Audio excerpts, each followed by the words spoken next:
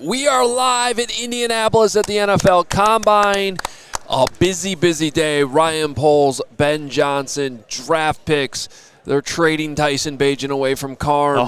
He's really sad. Easy. There's a lot to talk about. A lot to get into. Or they're trading Tyson Bagent with Carman. Ooh. I'll go package deal. For Max Crosby. From a day 2 pick to day 3 pick. Bang.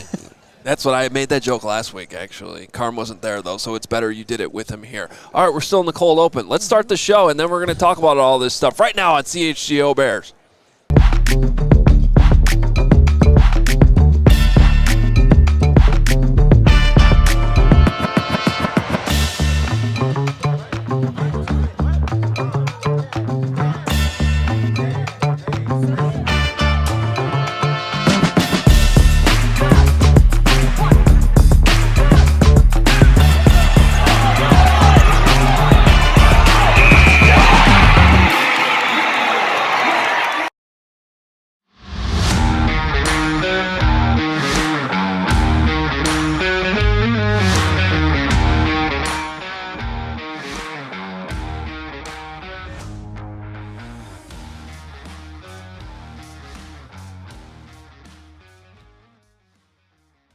That's what happened. I forgot he was next to me. Yeah, well, this is the CHGO Bears Podcast. You somehow made it through a week without me, Hoge, and so did you, Greg. And Johns and I have been communicating on the daily. We almost scheduled a foot rub for tonight. But, yeah, very busy day. Very busy day. Ryan Poles, Ben Johnson, lots of conversation. Why don't we just start it out like this? First of all, if anybody wants to just talk about their feelings that just the way that the Chicago media is walking around. There are a lot of puffy chests out here, and we're here. We got ESPN 1000 right over there. We got the Tribune. Nobody's there. Well, I don't know where they went. I thought they had a show exactly. Yeah, so bunch of no-shows. It feels very competitive to me early going on here. I got a competitive vibe going on down here. And I have a plan to screw with Waddle and Sylvie whenever they get back, and hopefully it's during the live show. You got anything for you got something for Biggs? You got anything for Weeder? You got anything for anybody else? I mean, it's just I think it's time to get the teeth out here. Okay. It's a combine, but okay, let's get into the show here, Ho. Good to see you guys. I missed you. Mm-hmm. Thank you for not welcoming me back, but look, I guess the day started with Poles and the conversation around draft picks and Ian Cunningham being at the podium, and both of them saying that the Bears should have gotten draft picks for Ian Cunningham. Yeah, we have a ton of sound and video to share with you. We're going to react to all this stuff too. But yes, these draft picks that Greg cares so much about, it's not over, buddy. Well, it's not over. I didn't dial up the questions, so obviously it's not over. I did find it interesting. Let's hear from him first, and we can give our thoughts. But there's just a lot going on between that and obviously the Bagent stuff coming out, and there's a whole lot of work to be done on the defensive side of the ball. Never mind the fact that there's stadium stuff brewing all over the city as soon as we come down here. So it's just as much as the Bears are not the focal point of the offseason the way they were the last few years, there still are some pretty tangible storylines to follow. So let me set this up. It was interesting how I don't know if it was planned or why it ended up happening. Not everyone, but most GMs and head coaches all have press conferences on these podiums that are on the other side of this camera as you're looking at us. And Ian Cunningham and Ryan Poles just happen to be back-to-back at the same podium just to basically start the morning. So Ian Cunningham was up first and was asked about that draft pick compensation that everybody, seemingly everybody except the NFL, it seems to be confused why the Bears didn't get draft picks when similar situations have happened and the team did get draft picks. So this is what Ian Cunningham had to say first. Some confusion about the Bears not getting compensatory picks for their hire. Can you that's weigh in on how you see that situation from your perspective? Yeah, I haven't had much time to really dive into like the wording of it. It was always my interpretation that if the general manager gets hired, that team would receive 2 third-round picks. I'm a general manager. I was hired. I would think that they would get 2 third-round picks. I don't know the wording of it. That's just my perspective. Again, I wouldn't be sitting here if it weren't for them giving me that job and helping me grow to get this job right now. I actually thought he was being a little bit slightly unfair to himself there, because this wasn't necessarily your only pathway to getting here, but this was the pathway that you did take and you did get, so they should be rewarded for it. I thought it was a very logical, easy answer that somehow the NFL is just missing. Are we playing what Poles said about this? Yes. Okay. So I'll react to that because I know the Bears have appealed this process. Yeah, so that's really what the news was, that we learned from Poles, that they are still fighting for these draft picks, and they're wondering the same thing Ian Cunningham just expressed, why the Bears are not getting the 2 third-round compensation picks. So here's what Bears general manager Ryan Poles had to say on the topic. How we do that and why we do that has nothing to do with compensation whatsoever.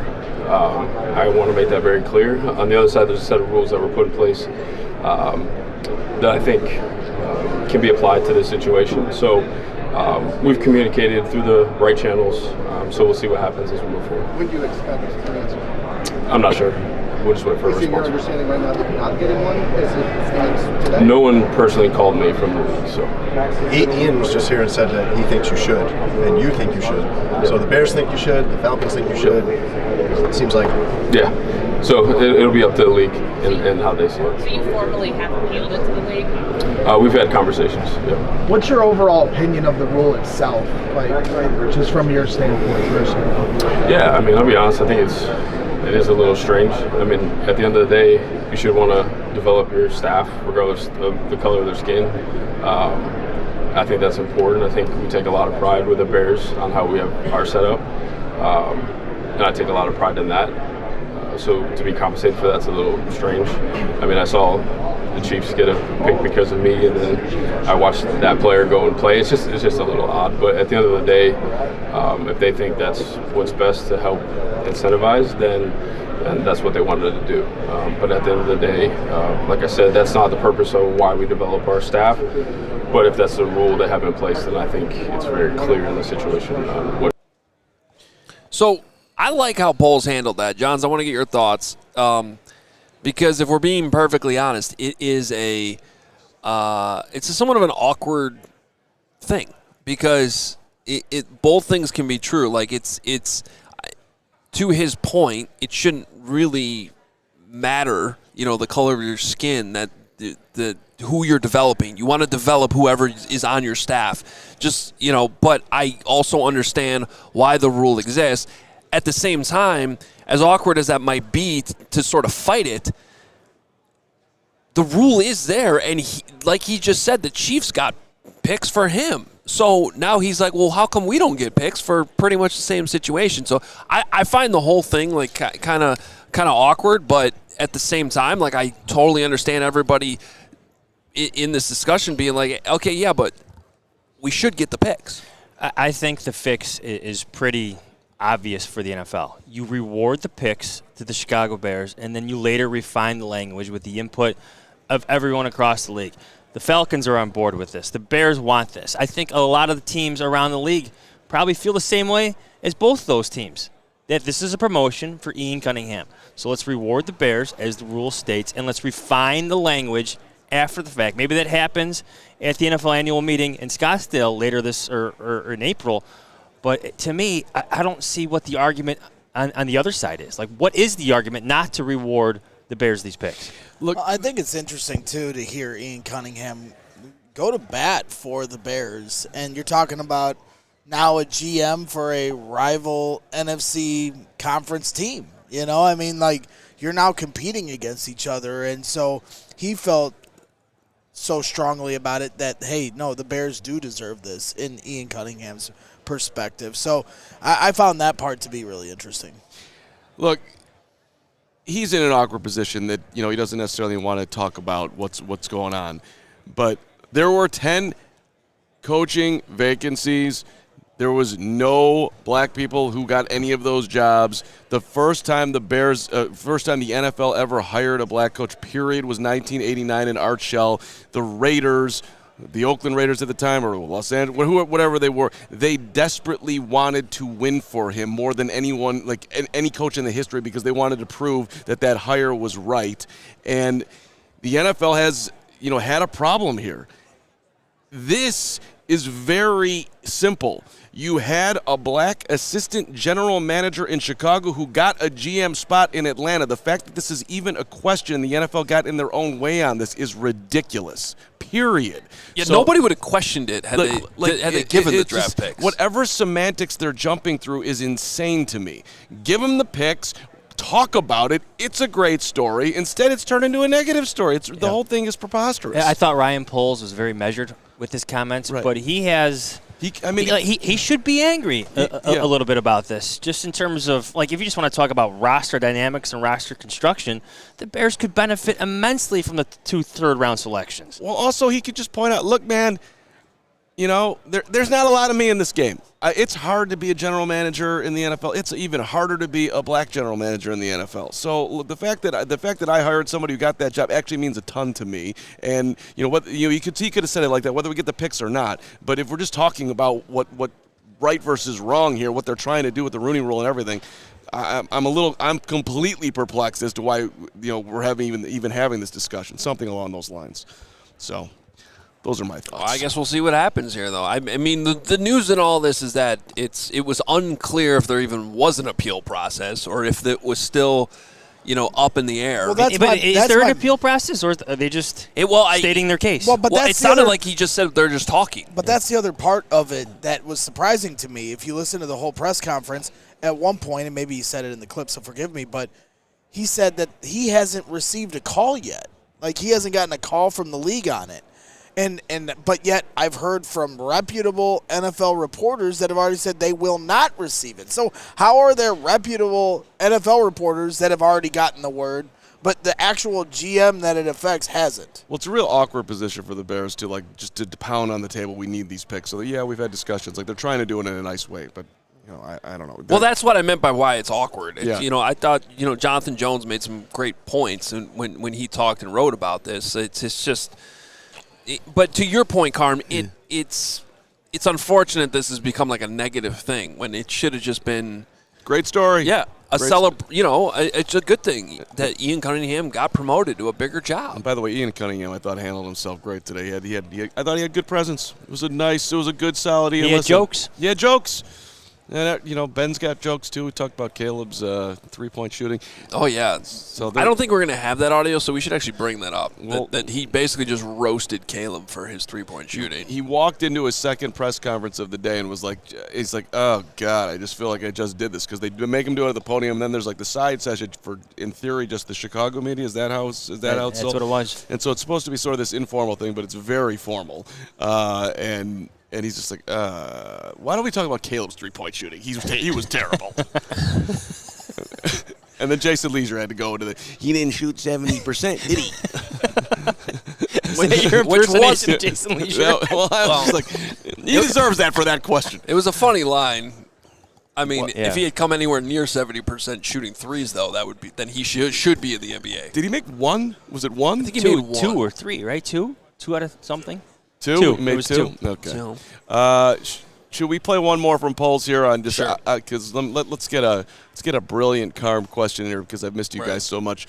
25th overall pick, second round, third round, wherever. Like, where are we at here? I wanted to know if he's are we targeting a position, or are we going best player available? So this was Poles on his draft philosophy. How are you looking at this year as far as drafting need versus hey, we're in a better spot, let's take the best player available here?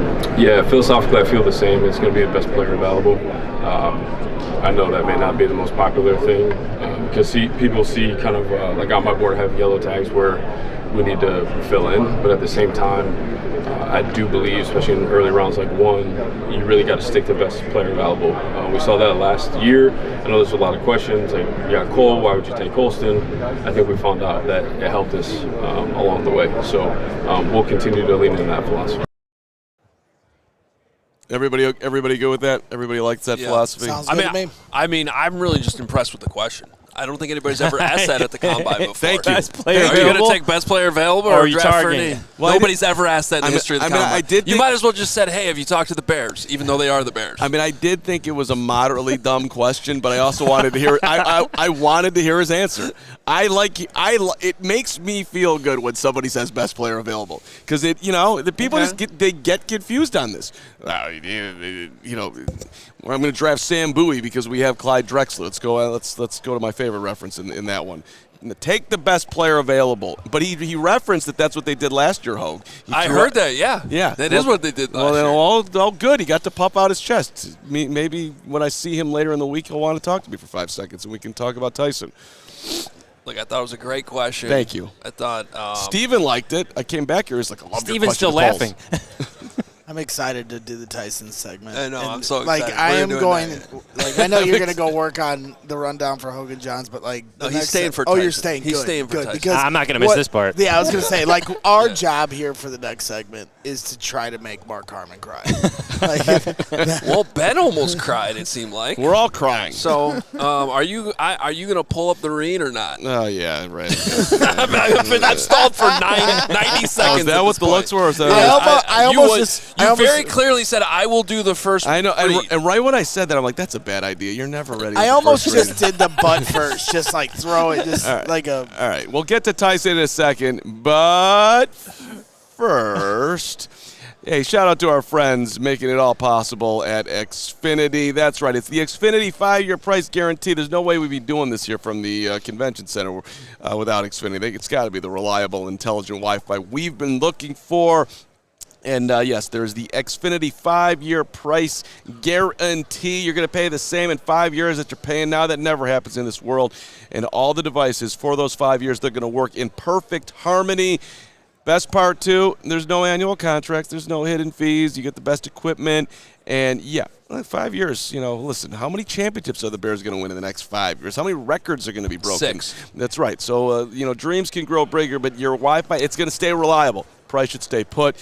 Lock in your best price and unlock the possibilities with Xfinity. Learn more at Xfinity.com. Xfinity, imagine that. Select plans only. Restrictions apply. And when I was in San Diego hanging out with the Sea Lions, I had my Xfinity Wi-Fi, and that's why I was able to send you those sweet pictures that you love so much. Okay. Thanks. It's amazing. With the Sea Lions. Yeah. I didn't even see those, so.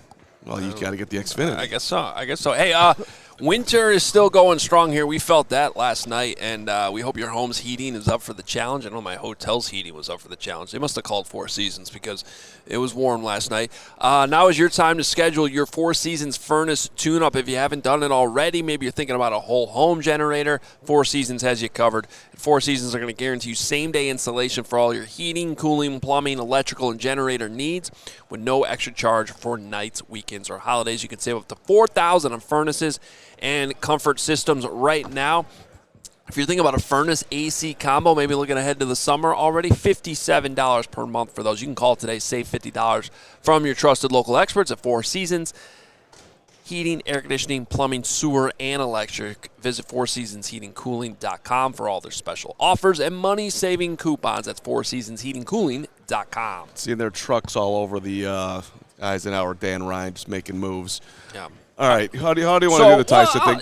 Let's hear how you're going to do this. Who asked? I couldn't hear the questions. Who brought up the Bagent stuff? Courtney started it. Okay. Courtney started. Courtney started it. It wasn't me. Yeah, this is going to be fun. I wasn't going to ask it. Really? I wasn't. It would have been too funny. It would have been too funny coming from you. So yeah. Okay. Cronin said Well, it. let's hear what Ryan Poles had to say when the question of trading Tyson Bagent came up. Dun, dun, dun, dun. Yeah, we anticipated that just because of the environment. Both, I think it'd be pieced and kind of do an overlay of the draft and free agency. We anticipated someone like Tyson's going to get some, interest. We've gotten a few calls there. Obviously, the tough thing is with, what Ben thinks about Tyson, what I think about Tyson, what our locker room thinks about Tyson. That's a really tough decision for us. But for Tyson as well, I think he would have an opportunity to go and perform for a team and do some really good things. But again, you got to weigh the short term and long term. So now what's the cost of replacement, right, to get someone like Tyson. We spent a lot of time developing him. Ben spent a lot of time developing him, so you got to replace that as well. So interesting dynamic there that we're going to have to work through. All right, let me translate that for you. We're taking calls on how much you're willing to give up. Yeah. That's what that was. Carm, and here's the thing, Carm. Eventually, the Bears have to move on. If Caleb Williams is your starting quarterback, they love Tyson Bagent. I get it. Like, even Ben Johnson. Are we playing Ben Johnson here a little bit? Okay. Too, yeah. He loves Tyson Bagent. Ryan Poles loves Tyson Bagent. But eventually, the best interest of the team it means trading Tyson Bagent and to benefit the team. To get something back and not losing him outright in free agency in a couple of years. Here. Right. And so he's got 2 years left on his deal, making, roughly five a year for the next 2, plus incentives if he ends up playing, all that type of stuff. So so what's the price point here, team? What do the Bears need to get, in your expert opinion, to be willing to part with 17? Well, we should ask you, because you're just like Ryan Poles and Ben Johnson on this, right? Yeah. You don't want to give them up. Well, let's do it this way. Yeah. So, because on the other side of this camera, our friends from PHNX are here. They're looking for a quarterback, and they keep bringing up Malik Willis because of the ties, the LaFleur ties, right? Yeah. Mike and Matt, they're brothers, and blah, blah, blah. And serious question, would you rather pay Malik Willis, which seems like it's going to be a decent contract right now? PFF, I think, had him as their number 1 overall free agent, which seems wild to me, but okay. I think NFL.com did too. Yeah, would you rather? What is that, 15? Is that 20 a year? What are we talking here? What number? Or more. Here, let's actually take the draft compensation and the money out of it. Who would you rather have as a starting quarterback, Malik Willis or Tyson Bagent? Me? I mean, are you asking me? Let's go across the board. Yeah. You're going to go Bagent. I am. Malik Willis. You're going to believe. I mean, that's a great debate. Part of me wants to say Bagent, but at the same time, we saw what Willis did literally against the Bears in a live regular season game. Yeah, I would go Bagent. Yeah. And I wouldn't really hesitate, to be honest with you. I think that Malik Willis has already had his opportunities. And there is a huge difference between spot starting. So he's had a couple different opportunities. He came in and he won 2 games, I think, with a couple years ago with the Packers. Okay? And then last year he comes into that game and he played well in a losing effort.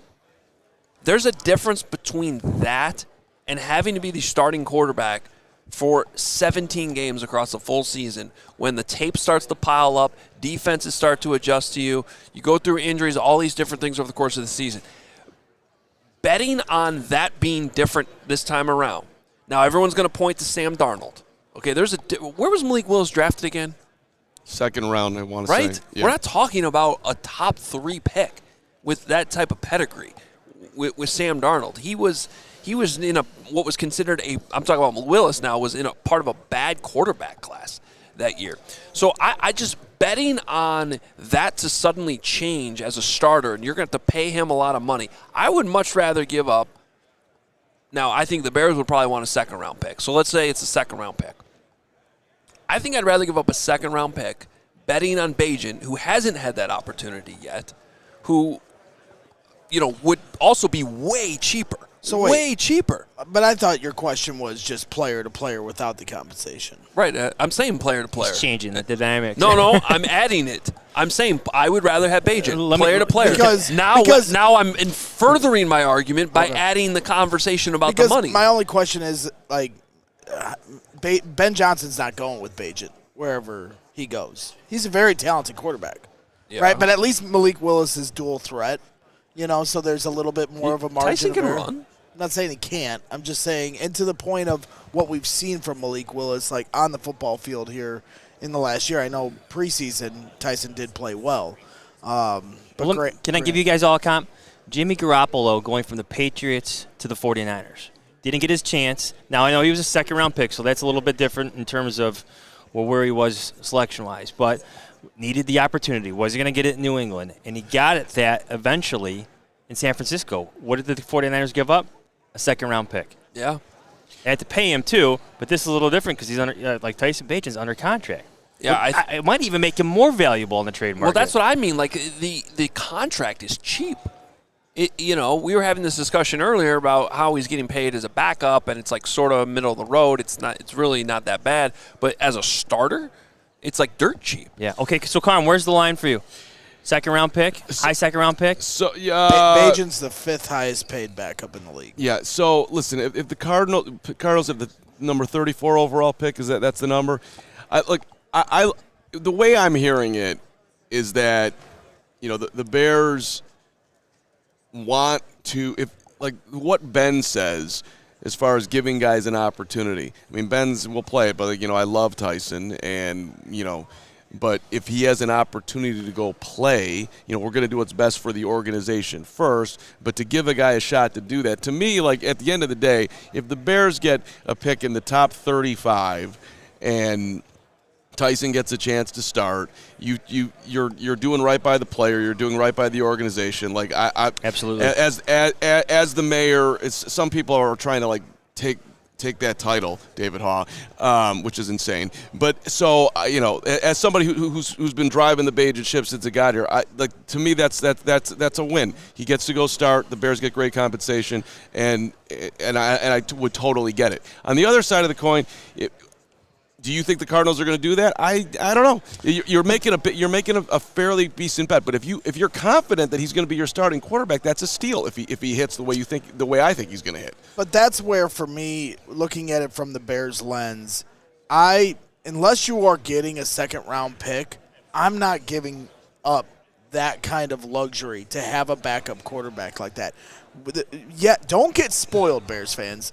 Just because Caleb Williams has started 36 straight games, don't forget that he was the first Bears quarterback to do that in over a decade. It does not happen. Every team in the NFL needs your backup quarterback at some point throughout the season, whether it's a couple games or it's for an extended period of time. And the Bears haven't had to deal with that the last 2 years, and you're just playing with fire. So if we're talking about anything outside of the second-round pick, I'm not for it. John Eric Sullivan was the GM that came up before Ben Johnson at that podium. He's with the Dolphins now. He was with the Packers organization for 20 years, and they talked about quarterback development. And he was like, John saying with the Packers, they would have 5 quarterbacks. Mm-hmm. And he said this dated back to the 90s when he came in. They were still feeling the remnants of how they built their organization from that point, and had this huge quarterback tree that just grew out, and they just kept drafting guys. They even said when they had Aaron Rodgers in 2008, they drafted a quarterback in the 3rd round, and then drafted another one in that same draft in the 7th round. So they're stacking quarterbacks on top of quarterbacks on top of quarterbacks. And for me, I'm just not taking that luxury for granted. I think Tyson Bagent is a valuable asset, and I'm not trying to get rid of him for anything outside of a second. Well, there's two real quick points. Number one, you have him for 2 years, so you don't need to trade him now and risk losing him for nothing. You can do it in a year. That's why I found it so interesting Brian said what he had to say today. Well, right. Because he didn't shoot it down. You walked away from that and you go, 78% they're trading him? Yeah. Well, in the moment I hated it, but then re-listening to it back, it's like we've gotten a couple of calls. It doesn't. But as a GM, he's putting it out there. He put it out there. That's my point. We're open for business. They're at least considering it. My question was he trying to create – did they get one call and then he was creating a market? I think there's a theme today, and Johns, I want to get your thoughts on this too. I thought the way he handled the Termaine Edmonds, and we're going to play that coming up, the DJ Moore conversation. And by the way, we're now in, what is this, year 5 for Ryan? I'm losing track of time already. This is year 5, that's right. Yeah, going into year 5. We have a track record now for how he does this business this time of year.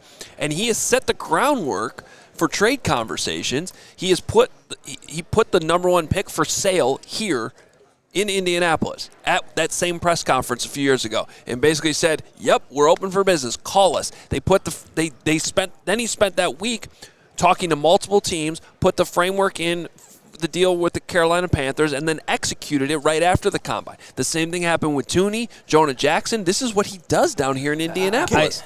One last thought on Bagent here, and this may tie into what you're getting at now. I think what's missing in this conversation is what Tyson Bagent wants. he's eventually going to want that opportunity to go play. He's going to want that opportunity to start. He's going to want to have input in which team and which coach he goes and plays for. Mm-hmm. And the Bears, knowing what they said today during multiple interviews, will try to do right by him and give him that opportunity in the best situation possible. So have we played the Ben Johnson clip yet? Nope. Let me just set this up by saying this, because I see Cornell Bryan here in the chat. Cornell Bryan here in the chat saying, a second, Braggs, he's not that good. Cornell, Ben Johnson does not agree with you. Ryan Poles does not agree with you. They paid him. He is the 5th highest paid backup in the NFL. Ben Johnson, play the clip. The dude is in love with him. So, yeah, I know Carm's the Bagent guy around here, but you don't know what you're talking about in terms You finally got to him. Talent. Bagent's Who is this again? Cornell Bryan, our guy. Oh, yeah, Cornell. Yeah, but I'm just saying, like, Don't yell at I Steven, do though. not agree At with least you. say please. And more importantly, Ben Johnson doesn't agree with you. Now play it. Please. No. No. I love Tyson, and that's one that kind of pulls at your heartstrings a little bit because he's someone that you care about so deeply, and he's a hell of a football player that at some point you want to see him have a chance to do it himself. And so, we'll always do what's best for our team and our organization. I do think there's a lot of merit to having a strong number 2 quarterback, which he certainly fits that bill. I'm of the mind that he's probably one of the best 32 in the NFL. His preseason tape over the last few years has probably confirmed that, in my opinion. But if I took myself out of the equation, I want what's best for him. If he would like an opportunity to start, I certainly hope he can get that somewhere. Guys, he called him one of the best 32 quarterbacks in the league. Yeah, I was a little bummed that he didn't go top 10, but that was fine. Top 32 is fine. He's a starter. Yeah, he's that's what he's saying. Declaring to the rest of the league that I think, Ben Johnson talking here, he's one of the best 32 quarterbacks in the league. He's a starting quarterback in this league. Right, and following up on that off the Super Chat menu here, Alex, the Bears fan, thank you, Stephen.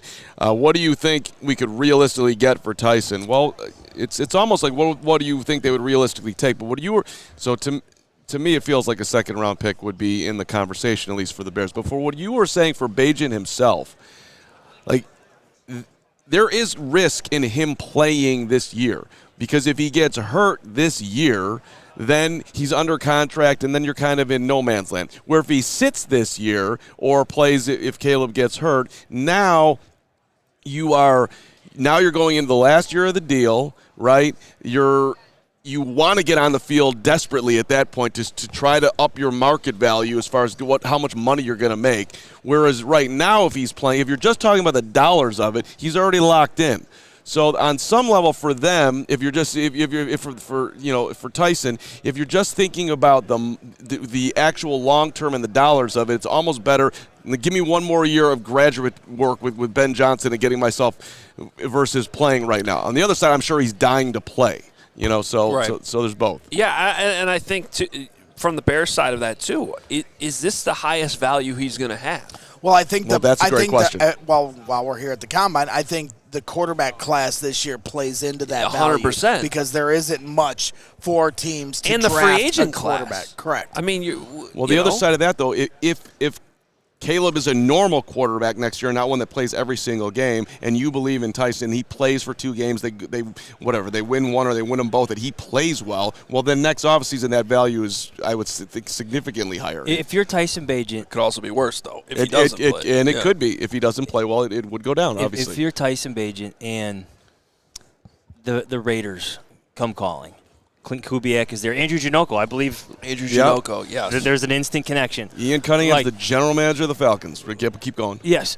So you're thinking of the Raiders here for a second. Okay. What? They're taking Mendoza. Yes. Do you not want that situation, or is this your best opportunity to be prepared with a coach well, and an offensive mind in Kubiak? Well, I don't even think it's an option, is my point. Okay. You think the Raiders would be calling about him? Maybe. I mean, I would think it would be instead of Mendoza. They draft somebody else. They won't bring in the veteran to to help mold and play, just in case No, Mendoza if ready? someone's trading for a second-round pick for Bagent, it's to be their starter. Yeah. I think the other aspect, and Carm brought this up off the air, so I'll bring it onto the air. But you did make a good point of. Oh wow. You did make a good point about, like, most people don't know about Tyson. Cornell Bryan doesn't know about Tyson because he hasn't gone to camp. Travis and Chad doesn't know about Tyson because he's referencing his rookie numbers as if that has any bearing to the quarterback. Anybody else he on is your now. list? No, but I'm just saying, like, you have to have gone to camp or mini camp. You have to, like, be there to see him. So most people, including NFL teams, don't know what he is, except the point Carm made that the branch is starting to spread out from Chicago. Ian Cunningham goes to Atlanta. You've got coaches, Declan's in Baltimore. And so they're starting to talk, like that. The word's going to get around. What if Ian Cunningham offers you 2 third-round picks? Right, there it is. Well, it's possible. I mean, well, it's on their pod that's committed. a team you could say that. Yeah, but it's a new regime. What do they really think about Michael Penix? And Kirk Cousins looks like he's on the way out, right? Schefter reported that. What you're bringing up, Cunningham confirmed that himself. Kirk Cousins is out. What you're hitting on, though, is a very important thing because this is what we were talking with the PHNX guys about this earlier, and like their point was, well, what intel do the Cardinals have on Bagent, though? Like, what's the connection? Because there's always connections, right? So Cunningham, I'm assuming, also is one of these people that loves Bagent. So and he's now the general manager. So that's a team I would pay attention to. The LaFleur connection with Malik Willis makes a lot of sense. So they're just kind of assuming it's going to be Willis. They seem very confident that Malik Willis is going to be a Cardinal. That's why I brought up Janoko. Right. Well, I get it, but so so I'm wondering what the connection is there with the Cardinals. I don't really know. I mean, they may not. It may not be a guarantee that the Cardinals can get Malik Willis. I mean, listening again to the Dolphins GM speak, who's got the Green Bay ties, and they've got Halfley there. They were talking about Malik Willis, and he had to answer some of those questions directly. So Malik Willis is going to be a hot button name and go for a big price, and it may not necessarily go to Arizona. Yeah. Well, I think the bottom line though is the way that was handled. They've gotten calls. They clearly aren't shooting down those calls. They'd love to know really what people are willing to offer, and it's obviously a storyline we're going to have to continue to cover here and hope that Carm's okay. I think. I mean, it's really. Listen. I just like the idea of the PHNX trade just because I think there's a seamless transition of trading Carm as well. Like within the company. Something there. Yeah. Who are you going to get off of that show? That's easy. Shane. I mean, we're fleecing. We've already got the structure's already in place. But I can't do Shane's role. Like I would just be. That's for them to worry about. Yeah, that's for them to worry about. Okay, I got it. No, it's we need Shane more than we need you. Right? Wow. Well, welcome back.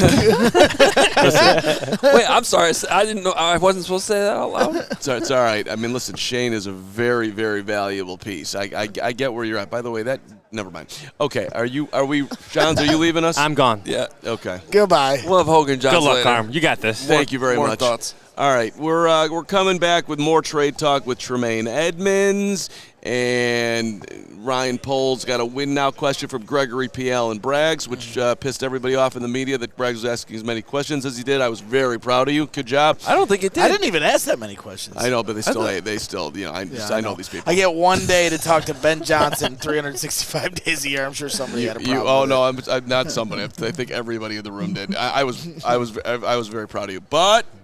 First.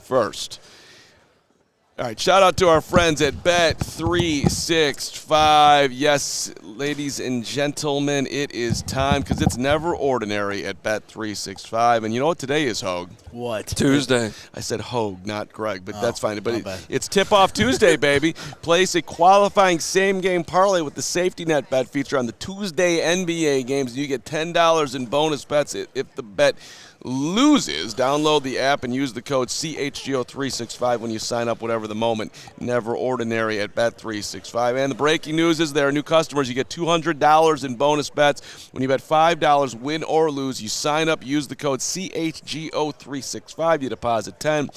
Place a bet for $5, and you get $200 in bonus bets if the bet wins or loses. Bonus bets can be used on spreads, totals, player props, futures, and more, whatever the moment. It's never ordinary at Bet365. You do have to be 21 or older. If you or someone you know has a gambling problem, crisis counseling referral services can be accessed by calling 1-800-GAMBLER in-app. app only. So now I'll ask you, Greg, what day is today? Tuesday? Yeah. So not only is it Tuesday, but it's good job getting that right twice, by the way. Good job. It's also the last Tuesday in February. It's the last Tuesday. It's the last Tuesday in February, which means that your wing cravings can make a difference at Hooters. Hooters is donating a portion of chicken wing sales to Holy Family Schools, helping fund tuition, books, classroom supplies, and more for kids in under-resourced communities. With the support of our Chicagoland Hooters family, they've raised over $1 million since 1992. Let's keep that going because kids can't fly without wings. So every Tuesday in February, which means today, it's the last one, this is where your wings can make a difference. Hooters is still the best lunch spot in town as well. Weekdays are getting better with your Hooters faves for $9.99 or less, like those boneless wings. So cheer on your favorite teams from any of the 11 Chicagoland Hooters locations. I always like the one by O'Hare because I used to live over there. Check them out at originalhooters.com. All right, coming up next, Ryan Poles joins us on the show before it airs on Waddle and Sylvie later. We got That's Poles right. live. Yep, we did. That's right. We did. Yeah. No. It's just very jealous for us. They're sitting next to the home of the Bears, and there's Ben Johnson, and there's Paul. Although they were I should have waited till Sylvie sat down before I said that. Yeah. Although they were ducking my tweet, my tweet where I was trying to start a fight between our companies. I had me versus you, Waddle. That's right. What you got? The answer was I'm scared of you. You seem to be the only one interested in this. Yeah. We all desperately are. I had to put Mark Carman versus Carman DeFalco because there could only be one Carm. Well, we gotta that's we true. Gotta, we gotta settle pick this. a Carm. We got to settle this. Well, I go DeFalco. It's actually interesting that you brought that happened because I was getting. Now we'll just shout out the whole lineup over there. I was getting texts from Cap over the weekend like, who do you know that owns a hockey rink in Deerfield whose name is whatever? And I'm like, I don't do hockey. And that's a Hoge question. I'm like I think you're talking about I think that person that's asking you this is talking about Carman DeFalco. And then he texts me back. He's like, you're right, it was Carman DeFalco. So that's why somehow that was worth telling that story. Well, okay, that's what I mean. There can only be one. Let's hear the Tremaine stuff because I thought this was maybe the most interesting thing of the day, honestly. Oh, really? Yeah. Okay, Yeah. Good. Yeah. So Hoge wins. This is from the second session we had with Ryan Poles today. Number of questions here we're going to hit on, kind of go rapid fire through a bunch of different topics, but we'll start with Termaine Edmonds because, as we all know and we've talked about on this show, the salary cap situation points to a potential cutting, trading, renegotiation, something to free up cap space with Termaine Edmonds. So here was that. Is it my question in here too? Here's what I asked Ryan Poles on that topic. Ryan, among the tough decisions, the salary cap math would seem to indicate that you have a decision to make on Termaine Edmonds with his contract. Where does that stand right now? Yeah, we got to make. There's a couple guys we got to make decisions on. If that's trade, release. There's a lot of different options a few options that we can go down to create some space. But like I said before, this is a unique situation where we've got our roster in a position where we have a lot of talented players, a lot of guys getting paid well, and that puts some constraints on the cap. So we got to make some tough decisions. And like I said, when we win games, you create these relationships. There's leadership guys, or guys that were captains. That mean a lot to our organization, but when you're kind of put in a corner, that's what the league's been. So let me just talk about that for a second. One, that was question, I think, number 2 in the press conference. So Hoge got in early with this very calm, just soothing Hoge voice that I thought Poles really appreciated, that I appreciated. So the way you did that, the timing was exquisite. So well done. Okay. Second of all, I thought it was interesting, more importantly, that he's talking about trade or release. Because I had not considered, and now I'm thinking about they could, in theory, not just release Tremaine. They could try to find somebody who would take Tremaine and get some level of value for him. And then you got to ask the question: what do you think you could get for him? And if you're going to release him, then literally anything would be a win. Well, yeah, and I think that coincides with sort of what we were talking about late last week, Greg. The idea that I think was Finley brought this up to Ryan today as well, which was a fair point. We talked about it, how in the past years he's made these moves ahead of the combine. He's released some players ahead of the combine. And in this case, they haven't done that. So that, to me, and I brought this up on Friday, that was an indication to me that they're considering multiple different options here. And so one of them, I think, just like the Bagent thing, this comes up, and it came up with more too, leaving it open-ended publicly that, hey, we might listen for trade offers on this player. It just kind of potentially opens the door to that. Now, realistically, I would think you have to eat some money on it if you were to do that to get something back. And typically, guys, when we talk about veterans, and I realize Edmunds is, still 27, but I think he's also got 9 years in the league. Off the top of my head, I don't have it in front of me, but I think he might be going into year 9. That sounds right. Yeah. He's a legit vet. Usually these guys, they get released. They don't get traded.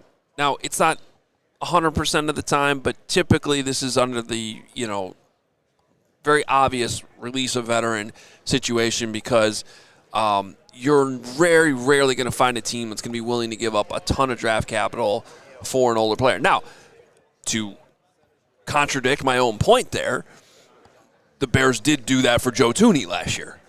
Right. Right, but even in that case, if you really think about it, it furthers my point.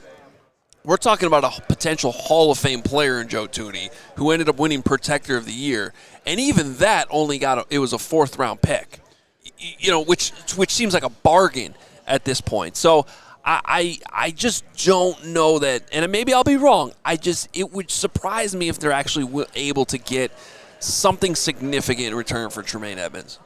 Yeah, and I'd take a 4th-round pick over But nothing. That's my point. You're not getting a 4th-round pick. 5th? If Joe Thuney I got it. Yeah. So 5th? But go ahead. Yeah, it's really interesting because they are in a little bit of trouble defensively. I was joking with my buddy Joey talking about this on the way down that I was just going to steal all his thoughts and pretend like half of them were mine. Christopoulos? No. It's my good friend Joey. Shout out Joey. Anyway, this part of the show brought to you by Joey. Greg's good friend Joey. Well, but Joey. Here are Joey's thoughts. But when you look at it, they're in you have injuries to your linebacking core, right? TJ Edwards broke his ankle, right? You had Noah Sewell also get hurt. Poles talked about that. What is their timetable to return? What kind of players will they be when they return? So now you're going to create another hole with Termaine Edmonds. Yeah, I'd love to bring DeMarco Jackson back. I think that's an easy thing for them to do, but it still has to be done. You look. So if you're saying you're not bringing Termaine Edmonds back, you're going to cut him for salary cap. Now, what's your linebacker room look like right now? Ruben Hippolyte didn't play. Right. What's your safety room look like? They don't have one. If they don't sign Deshaun Wright, they didn't play Tyreek Stevenson. You had to force him onto the field. And Jalen Johnson's still recovering from an injury. And oh, by the way, the thing everyone wants to fix is the defensive line. They have so many issues that, you got free agency, you got the draft, you can start plug and play, you can get 1-year deals, and you can find your way to a defense. But they're a long way to go from there. And now we're talking about, I understand from a salary cap situation with him, but you're talking about somebody that's dependable. If you talk to people that are on that coaching staff, he's a football-first kind of guy. He's a leader in that locker room. So to me, they're in kind of a weird spot between salary cap and the amount of holes they have to fill, and now you're adding more. But there was a smaller thing that probably went over, it's like kind of a footnote in a longer conversation with Ryan Poles. But he did say it. He wants to get faster on defense. Yep. It's a big emphasis to get faster on defense. And I think linebacker is a spot where, that's a big area where you're trying to get faster, I think. So and you saw that with DeMarco Jackson, right? Yeah. He might not be the most talented linebacker in the league, but when he came in, he played with speed and read and react. And that's what Dennis Allen needs. Right. The question is, do you have the luxury to pay Tremaine and add on somebody else in that room to give you, if TJ's doesn't come back 100%, what does that look like? Just having another body, period. Is it maybe you don't have to? Versus, you say pay Tremaine, you mean extend him?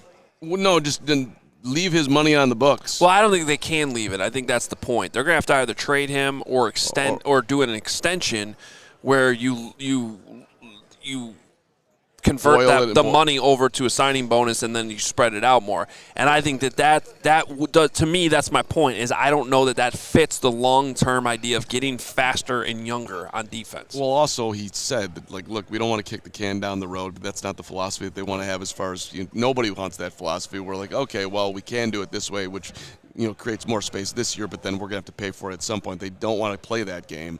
So well, that's a good transition to what Greg's vacuum question was about. There was a good vacuum question, which I was very nervous during this question. I didn't know if you were going to land the plane. So genuinely, I've been thinking about how to ask this for the last 2 weeks, because this is the place I wanted to go. And he was asked before my question, kind of a similar thing about building for the future, trying to win now, and you have Ben Johnson, who wants to win multiple championships, and you have Caleb Williams, who wants to be the greatest quarterback in football. So then it kind of segued where I kind of wanted to double down on it, and I genuinely wanted to just say, I know this is a stupid question, but I'm glad you didn't.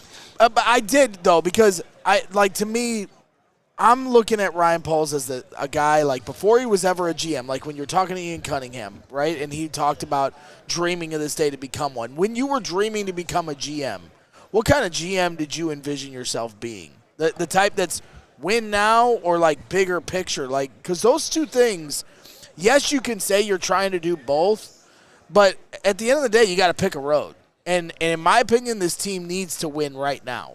You have an opportunity with Caleb Williams on a rookie contract, and your offensive line, many of these veterans only with 2 years left are on their deal. To me, this is your opportunity. And so I just really wanted to dive deeper into this. So this was Greg Braggs following up on that thought in his head to Ryan Poles.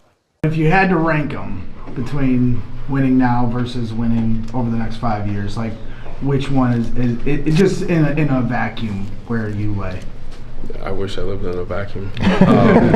But, yeah, you got to win the first one, right? Like, you got to get started. But what are you willing to sacrifice to do that? Like, there's some things that you can do and you all have seen that before I got here. You can accelerate it, and then after, it goes away pretty quick. So we got to balance both. Unfortunately, that's not reality in terms of picking it and do you want to go all in and hurt yourself down the road. Our mindset is to do both, win now and then be able to sustain that and have flexibility. It's not going to be easy, you know what I mean? Like, I can guarantee you, we've been really good with dead money. At some point that's going to go up too, because that's just the nature of playing this out over a long period of time and having tough decisions to make. Look, we did learn a couple things I want you to know. Okay. In terms of the vacuums, we did learn last week while you were gone that Greg used to sell vacuums. Oh. So I think that's why he was trying to sell Ryan Poles a vacuum to live in. But he doesn't live in a vacuum. I've never really understood the saying "in a vacuum."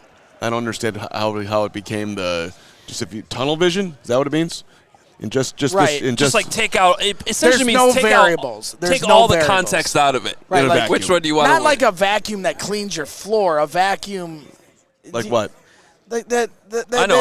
Like a test tube, like where they test things, like in a vacuum. Do you know what I'm saying here? I understand. I know. I understand the reference. I just not don't. Like a Swiffer. I apologize to everybody watching this show or listening. I just became dumber. I don't like the phrase. But to your point, let me just follow up on what people probably are more interested in. Everybody loves the shiny toy. Max Crosby being the shiny toy in this question. Everybody loves it, but the shiny toy, sometimes the used Mercedes, to go into some weird reference, that looks like a crate car, and you're going to drive around downtown Indy, and people are going to be like, ooh, wow, that dude's driving a Mercedes. Well, you know what? The Chevy Trax might be a lot more reliable, and will get you there, and then you can actually go out and go to dinner too. So, and it's not going to break down, which, if you have money in the bank, draft capital in the bank, it's actually a much better play to win. So these things, and he's referencing, I thought that was great. It was great when Khalil Mack got here in 2018, and you guys went 12-4, and then you lost on the double doink, and death happened after that, in essence. So to me, Ryan Poles makes the money that he makes, or any general manager makes the money he makes, because they are able to identify talent and don't have to mortgage tons of draft capital to trade for the shiny new toy in hopes that it hits in ways that it's just unlikely to do. You can't tell me logically that if they get Max Crosby, the Chicago Bears all of a sudden become the Super Bowl favorite. So I like the way he answered the question, but I'm still worried about what they're going to do. If they had gotten Max Crosby at the trade deadline, did they get to the Super Bowl this year? I don't think so. Do you? They're pretty close. We're talking about one game. Well, yes, but that doesn't mean that that's going to happen. First of all, we're because going back to my point, they have a lot of holes to fill. But I'm just saying. But also, like, they didn't lose that game because of their defense. They absolutely they held the Rams down. Well, regardless, I think that they can do both. I think there's a world in which you trade for Max Crosby where you're not mortgaging the future.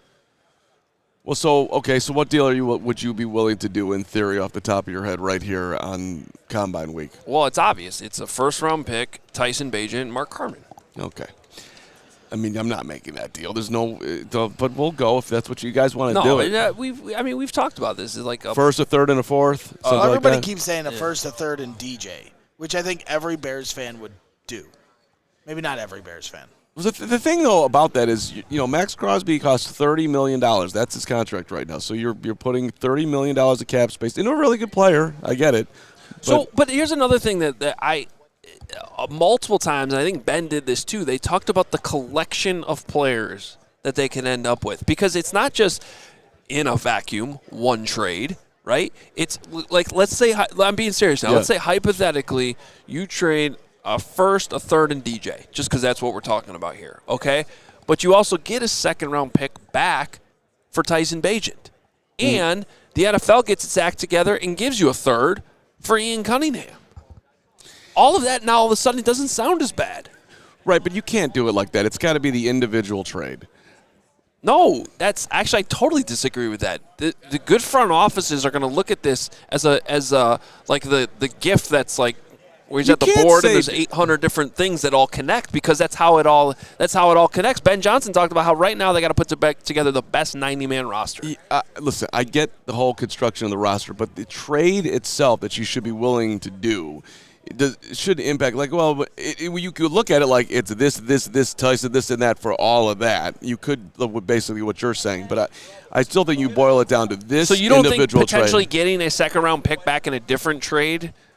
No. Wouldn't affect your willingness to trade for Max Crosby? No. I'm building. Listen, if I'm that, it doesn't for me. That is a separate deal. Do I want Tyson Bagent on the roster? Or do I want the second-round pick in my arsenal? That's a separate conversation. Do I want to do this trade for Max Crosby or not? Am I willing to give up, in your scenario, a first, a third, and DJ for Max? So in essence, and pay him $30 million. What if Geno Smith came back in the deal, and that's your new backup? Well, that's a different story. And I'm just throwing, literally blank against the wall. Well, not literally, but, Do I want 39-year-old Geno Smith at this point? Probably not. But I wouldn't want the contract. Yeah. That's the problem. But, that's my point, though. Is like, yes, these are all intertwined together. So, I don't know. Okay. Do we need to toss the overtime here? Not yet. Okay. I mean, we have no clock, so I have no idea. 2 minutes away from the top of the hour. We appreciate it. That was a long set. That was a quick 30 minutes we just blew through on that, and we haven't even played the DJ Moore part of it. I know. Which is the but we are. I will tell you this: we're going to talk a lot about DJ Moore on Hogan Johns later. Okay. Not that we're not going to talk about it now on this show. I'm just saying there will be more in depth. Yeah, I guess the other thing before we take a break too is the other thing we're not that taking any breaks. When we hit the top of the hour. There you go. Shut up. The other thing that I'm thinking about too is when Ryan Poles answers these questions about Termaine Edmonds, DJ Moore, Tyson Bagent, whoever, I always kind of like trying to peel back, like, why is he answering this question like this? Because technically, right, they could just walk to the podium and say, we haven't made any final decisions yet. Like, there has to be, to me, some kind of calculus of the way you reveal things through the media. That's what today was. I understand that, but like, you know what I'm saying? Like, beyond just like on its surface.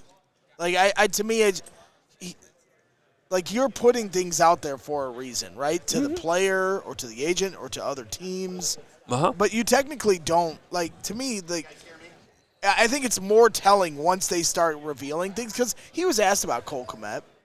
There was nothing there. Like, he didn't go into detail about this, that, and the other of options. So once you start hearing those options, I think that starts to lay the groundwork. But I do find that fascinating. As we have officially hit the top of the hour here, make sure you become a diehard at CHGO Sports. Head to allchgo.com/diehard. We also have a special combine offer right now. We do have a special combine offer, so hit the QR code, and why don't you tell us about that offer? Well, it's an offer that you get a better deal. I don't know. Is there a code? I don't know. I don't have this information in front of me right now. So go to allchgo.com. There's 30% off. Go to allchgo.com/diehard. We appreciate you guys. It should be $36 right now. Yeah, it's $36. I know you can use code Johns, but I think there's a combine one now too. So regardless, let's hear from what Poles had to say on DJ Moore now and that whole situation, because I think it's like very similar. You know, leaving the door open to multiple possibilities right now, DJ Moore included. Clarifying DJ, is he one of the players you feel good about being here in 2026, or do you have to entertain some different conversations just because of his contract and your salary cap? Yeah, I gotta have conversations and kind of see what, like I said, the best combination of players we can bring in. We want him here. We think highly of him. He's a great teammate. He's been productive pretty consistently over the last couple of years that he's been here. So I have nothing but great things to say about him, but this is the time now where we have to look at all the different scenarios and see what can allow us to put the best team out there. And I've talked about this before. It's just, you know, there's relationships there. There's a lot there that make it really, really difficult. But he's a guy we want here, but we have to look at all different scenarios. We like you. I like dating you. But if that more fun person who's like 3% cuter over there is interested, then I got to think about this. Well, that's my point, is when you hear him say that and Johns gives him the option, is this a guy that you anticipate being here next year, or do you need to have conversations? The first words out of his mouth is, we got to have conversations. So that, to me, as he continues to lay it out, is we want you here. We appreciate you as a player and what you bring to the table, but we're going to have it at a different price. If not, we're going to have to make decisions. That's what that sounded like to me. Well, do you think they're trying to restructure DJ? Yeah. That's what it's either that or they're going to trade him. Interesting. What's your read on that one? It's the same thing as Tremaine. He's not going to be playing on the same contract. So do you think something's got to give there either way? So your read into what he said right there, do you think he's on the Bears in 2026? Unfair question. How would you answer it? I think it's way more likely DJ Moore's still around than Termaine Edmonds. I would say that. Okay. I think the other thing is, like, you got to pay attention to some of the things they said in between the lines too about how he knows every single. Like Ben Johnson he praised DJ a lot today. You know, how he knows every single position out there and his impact in the room, and he plays every single game, and he plays through injury. And they talked at the end of the year about how other guys saw DJ playing through everything that he was playing through, and they had to be like, oh, I got to play through my injuries too. So, I mean, I just think the DJ thing is way more complicated and has way more variables and is not in a vacuum. Well, right? In a vacuum. You tried to put me in a vacuum there. I'll try to put myself in a vacuum, too. In a vacuum, if they are as interested as some people seem to think that they are in Max Crosby, in a vacuum, if the Raiders are willing to take DJ in a vacuum, I think DJ will be a Raider. That would be my guess. Yep. And I would personally feel bad for DJ because he finally got a good quarterback to play with. And not that Mendoza might not be good, but you're starting over with a rookie. Here you go again. First you had Justin, then you had Caleb. And I hope he has a good relationship with Janocko.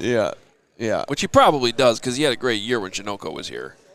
Listen, DJ will, wherever you put him, that guy's just going to keep going.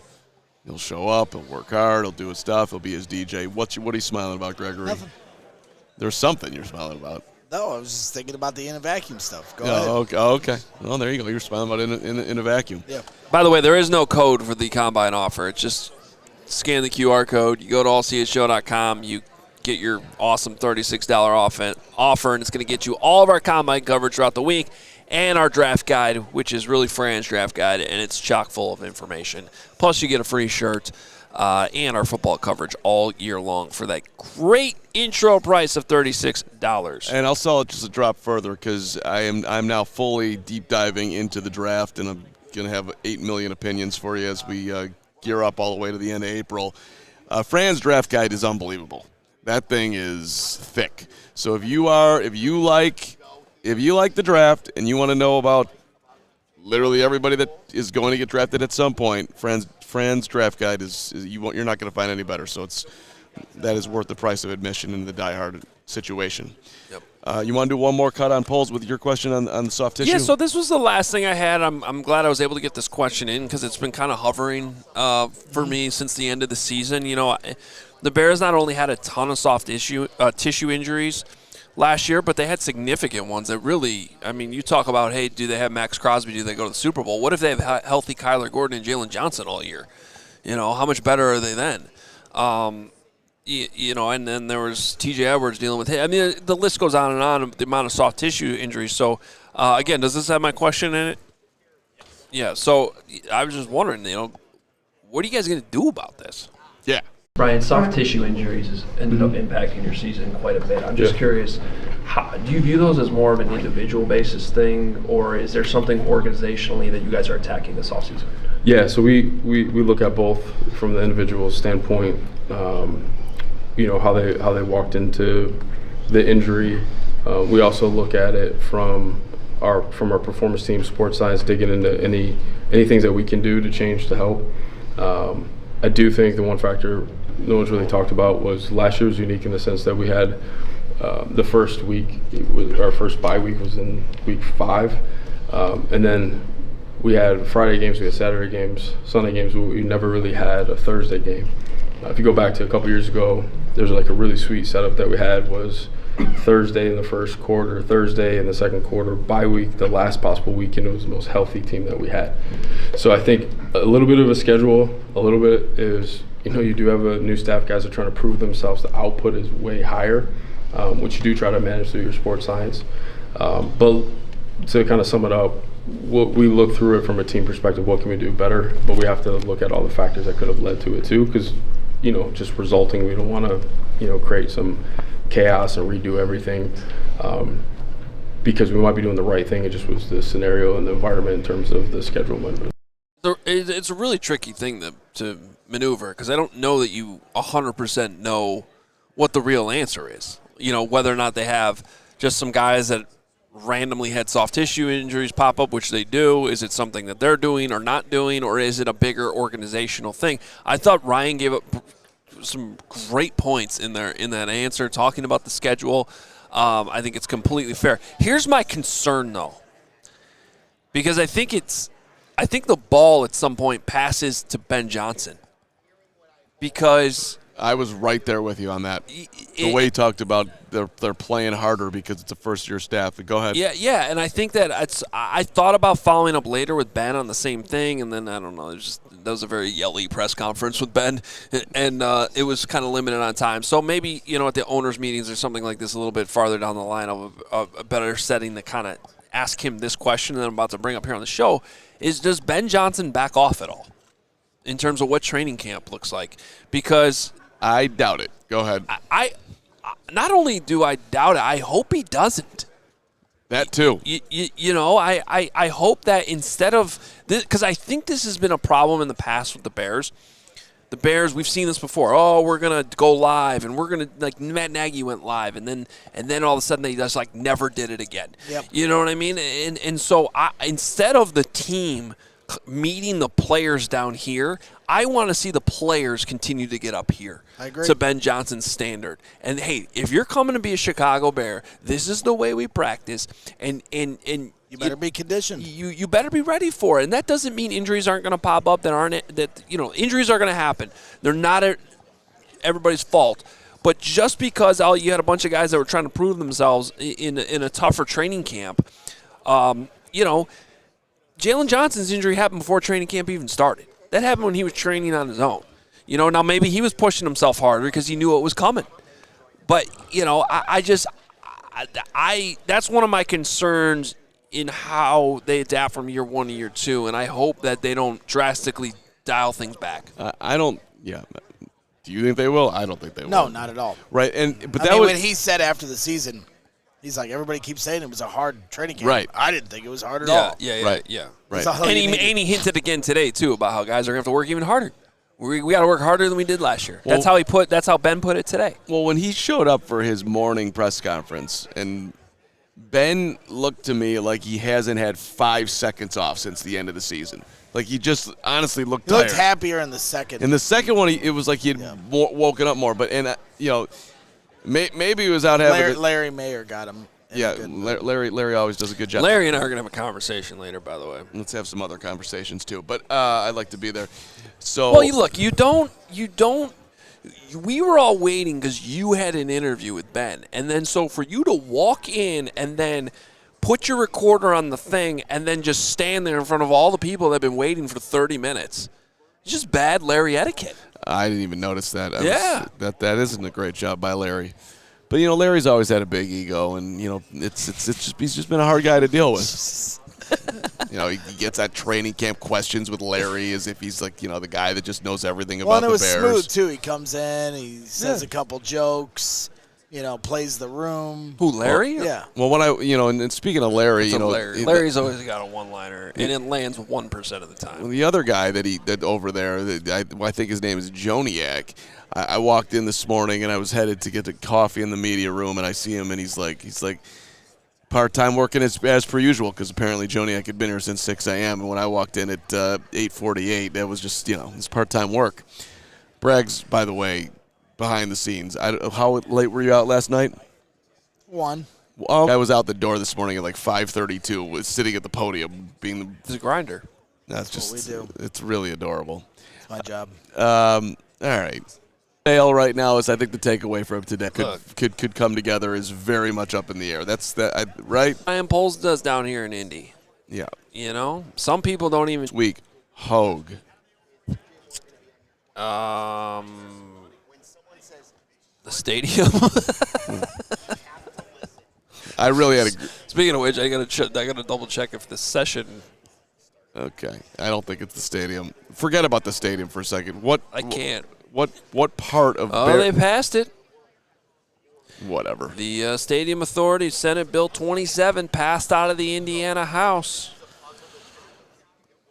Well, and I guess so. It's got to go to the. It's got to go to the Senate now, and then the governor's got to sign it. So if we're putting a bow on this show in terms of what we've been doing here since we got here yesterday, it's Tuesday, and we got here early Monday, and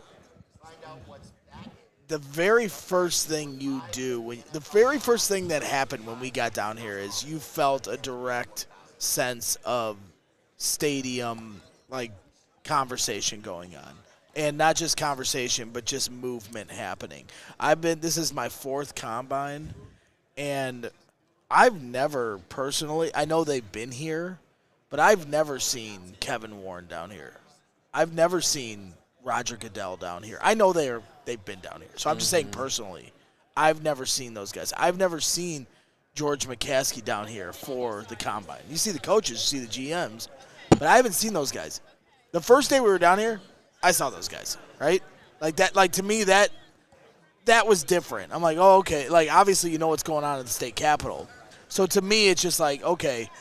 There's clearly these guys, that's what I said. I've been tired of the stadium stuff for 4 years now, but at least now it feels like we're getting very close to something happening. I just have to believe this summer or in the next month or in the next week that we're actually going to hear tangible news. And you're seeing the real players that make the decisions in this, making those movements to me that are a little more noticeable than before. So, look, I do know that discussions continue today in Illinois, between Illinois now and the Bears.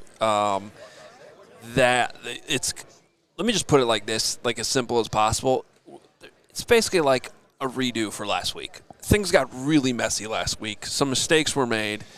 They are, as I understand it, somewhat back on the same page in terms of their discussions. Both sides are now putting out public statements that progress is being made. But the question is, when we have this House Finance and Revenue Committee meeting on Thursday morning again, that's the regularly scheduled time every week, while the House is in session, will they actually get to Thursday morning with a proposed bill that both sides are basically agreed on, and they actually call it, and it gets passed out of a committee into the next step in the legislature? That's the question between now on Tuesday, late afternoon, and Thursday morning. That's what matters in Illinois. Meanwhile, this bill in Indiana just passed out of the House, so it's a step ahead of where the bill is in Illinois. It's going to go to the Senate, and the expectation is that the governor's going to sign it by the end of the week here in Indiana. Now, my question would be, is anybody in Indiana going to go back to the Bears and say, hey, we're not going to pass this unless you are committing to this? Because to me, that would box the Bears in a little bit of a corner, because they kind of boxed themselves in last week. We're trying to play both sides. But if Indiana says, hey, we're not going to pass this unless you give us more of a commitment after kind of the wishy-washiness playing both sides last weekend, I wonder what happens then, and I don't know. But I don't really think Indiana can do anything. I mean, they can say, hey, we want assurances, but then the Bears go, sure, okay, and then they're. But the Bears change their mind, then what? What are you going to do, Indiana? But my point is, the Bears could lose their leverage if they don't have this done. They lose their Indiana leverage. Yeah, but I just think Indiana's too desperate to make it work. Look at everything they're doing in the last 2 months. I just don't think that they would do that, because that's how badly they want to pull them over. I tend to agree with you, but I just think over the next 48 hours. Hey, remember what we did last week on the show? It's kind of the same spot we're in. Yep. I said in the next 48 hours, something big's going to happen. I don't know how it's going to go. I definitely didn't anticipate it to be as messy as it turned out to be, and now they're trying to pick up the pieces. So that's where things stand on the stadium today, and I'll continue to try to give you guys updates as much as possible. Listen, Indiana Governor Mike Brown is loving going on all the news shows to talk about how they're open for business, and Indiana's already won, I bet, in his mind that he's gotten to dunk on Illinois as often as he's gotten to. In a vacuum, to continue in the theme of today's show, and I mean this in the nicest way possible to Greg Braggs Jr., who lives here, and everybody else who lives here, and the great city of Indianapolis, hosting us for the Combine, and St. Elmo's and the shrimp cocktail we had last night. Just get to the dagger, because I'm not for the butter. Yeah, well, I'm giving you the butter. I drove into the state yesterday, and I felt very compelled to pull out my phone and use the word no. And nobody knows what that voice is. Yeah, I wanted to vomit both times you made that noise. And then you just did it again. No, as in no. Yeah, we get it. Yeah, you didn't have to translate. Well, you asked for a translation. It was a dumb video. You were doing it by Fair Oaks Farms. Yeah, you weren't even in Northwest Indiana when you did this. I don't care where I was. The Bears being in this state is ridiculous. Period. End of story. Just enough with. See, here's the thing. Yeah, go ahead. Here's the thing. I agree with you that they should stay in Illinois. I agree with you that Arlington Heights or Chicago are both better destinations than any place Indiana can come up with. But I can say that because this is my state. Okay. And Northwest Indiana is my hometown. Then you need to start saying it more. And I don't like your attitude. That's fine. When you say that. That's fine. Because it's disrespectful to the region, and I will not stand for it. Well, you can then start saying it more so I don't have to. Could you imagine You're saying it in a rude way. And the region is it's not filled meant with good people. That is. And I'm not going to have you sully the name of the region. Listen, this is a great place for Greg's Bar and a library and whatever else goes on. I think everybody here should live a great life. The Bears don't belong here. If you want to talk about the mills and the smell you get from the mills. The vial. You know what? Those people in there are working really hard. 100%. So show some respect. Listen, you didn't see me do. I went to Hammond last week. I didn't do any kind of video. Thank you. Nah. Thank you. Yeah, you just came you out. Imagine his video if he had gone to that press conference. You walked out of there and said, "There's no way they're coming to this place." That's what you did. Yeah, but I did it with respect. I can. Fully you say, did. I did. I can fully say Hammond is not as nice a town as Arlington Heights. Not even close. But that's my area. That's the region, and I don't really like your tone about it. I don't like Hawes' tone about it. I don't like anybody in Chicago, in the Chicago sports media, talking about the region. Hall lives in the region. Me and Yurko are the only two that are allowed to talk about. Why can't Hall? He lives there. I'll tell you. That's true. Hall does. I'll tell you. I don't like his tone about it lately either. Everybody seems to be disrespecting Northwest Indiana, and we didn't do anything. Okay. You guys in Illinois need to just get this figured out and get the Bears to stay there, and then we wouldn't be catching strays from all you guys over in Illinois. Well, if we're talking about tones, what's the name of your governor again? Braun. Yeah, I don't like the tone of that guy. You just said it. Yeah, I know. I forgot because it was in a vacuum. I wanted to forget it. So the whole concept that's bugging me the most about the whole thing, and then we can wrap the show, Hoge. Okay. Because you got another show to do, right? I do. When's that happening? I don't know because I don't understand. Just stick with me for a second. I haven't eaten since this morning. I haven't eaten since last You don't need to eat after what we ate last night. You're fine. You have plenty. You have plenty. Look down at my stomach. Salt. You have plenty in reserve, and so do I, and so does he. HR. Look, he looked down. I did, and I tried not to, but I did. I'm sorry. I shouldn't have. Put your hand down. It was an awful experience for all of us. I had a run-in with Chris Emma earlier. The point, don't look down there either. Okay. That's... I heard he dunked on me last week. Who else are we going to piss off on this show? I don't care at this point. We've taken out Larry, Chris, Haw, Waddle, Phil Sylvie. Thompson took my spot. We're going on him. Let me just say this. All right. I There's get gonna be a big Chicago meetup at the Starbucks at some point this week. I get what we're all gonna hackney each other. Here. Don't know what that means that either. One's definitely happening. The word I get the athletic reference. Okay, so just real fast. Yeah, real fast. You said that 3 minutes ago. Well, so here's the deal, team. Why is there such a lot of the discourse around this is like, see, Illinois is totally messing this up, and that's why the JB. Why? For once, there is a politician who's trying to not have you pay for their stadium. The Bears are worth $11 billion. The Cubs paid for everything around Wrigley Field, bought up the whole neighborhood. Tom Ricketts and company are doing fine. I get the fact that Illinois has to play ball to keep the Bears, but it's unfortunate that there should be that they should get any taxpayer certainty that none of us are going to get. I actually think Illinois was fighting the good fight on this, but yet there's this huge pushback that Illinois is doing wrong. No, man, they can afford it. It should be their deal, and with some infrastructure, whatever concessions. That's all they're asking for. They want tax certainty, dude. Yes, they do. Well, okay. Every big business gets that. Do you have tax certainty? No, because you're not a big business. You're just Carm business. Okay. Well, Carm business. This isn't residential housing we're talking about. Yeah, you're not. I still think it's the good fight. I agree. I don't disagree with you, but what you're missing. I'm not missing. You're right, and they are right. They're fighting the good fight, and billionaires don't. We've established all that. The problem is they're going to end up with a worse deal than they could have gotten last year. The state. Right. That's a bad job. That's what I'm talking about when I say that their mistake. I got it, but I'm just talking about the discourse. Because there was money the Bears were willing to give to pay off Soldier Field that is no longer on the table.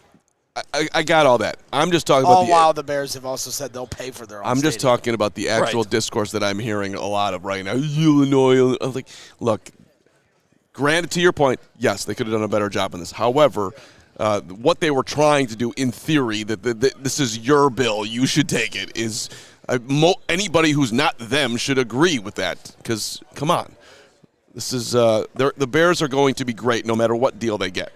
The McCaskey family is going to live a very, very good life, and every generation going forward till the end of time will live a very good life. Period. End of story because of that investment. Okay. Thank you. Good job, Carl. We missed you yesterday. Oh, I can't see supers. You got the supers? I can do a super. I can see one. Nico Suave. $10 super chat says, "What's up, gentlemen? Do y'all think the news about George being upset at Kevin is real? Thanks for all the content as usual." That's a great question. We did talk about this at the end of Friday's show. Hoge kind of touched on it. If you have anything to add, or Carm, if you want to jump in on this. Honestly, I have no idea. Do you know?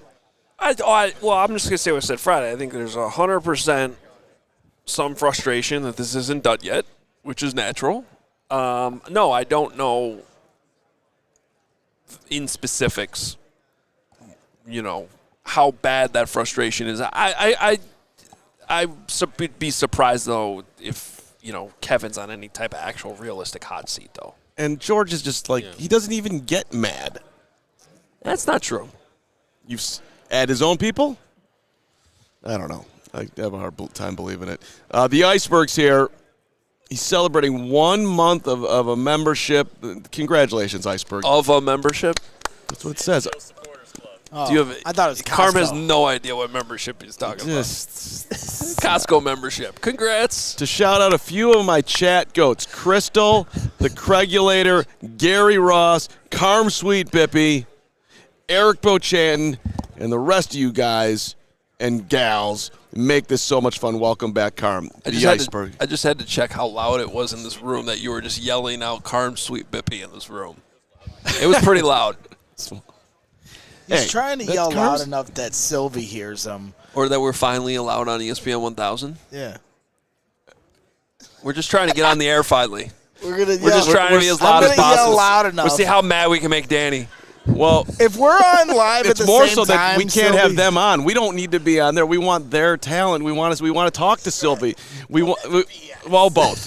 That's a good point. We want both. But we would settle for just a guest. You know what I'm going to do right now? Because I'm a good friendly neighbor and I do love these people. I know that they had 2 good interviews today with Ryan Poles and Ben Johnson, and you should listen to them like I am going to when we get done with our show. Yes, and we're going to take notes and we're going to break it down and we'll talk about it in great detail. Yeah.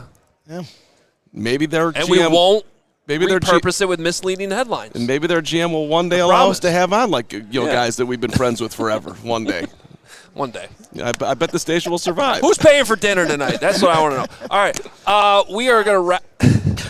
Johns. Well, he might have to. All right. We will wrap up today. We got a lot more. Hogan Johns is still coming up a little bit later on today. Oh, no. Don't do that in public again. Got to do it. We have shows all week long here from Indianapolis. PHLY has showed up. I believe DLLS is here, although I haven't seen any evidence of that. They're right in front of you. No, that's PHLY. Never mind. Carm still doesn't know anybody in the...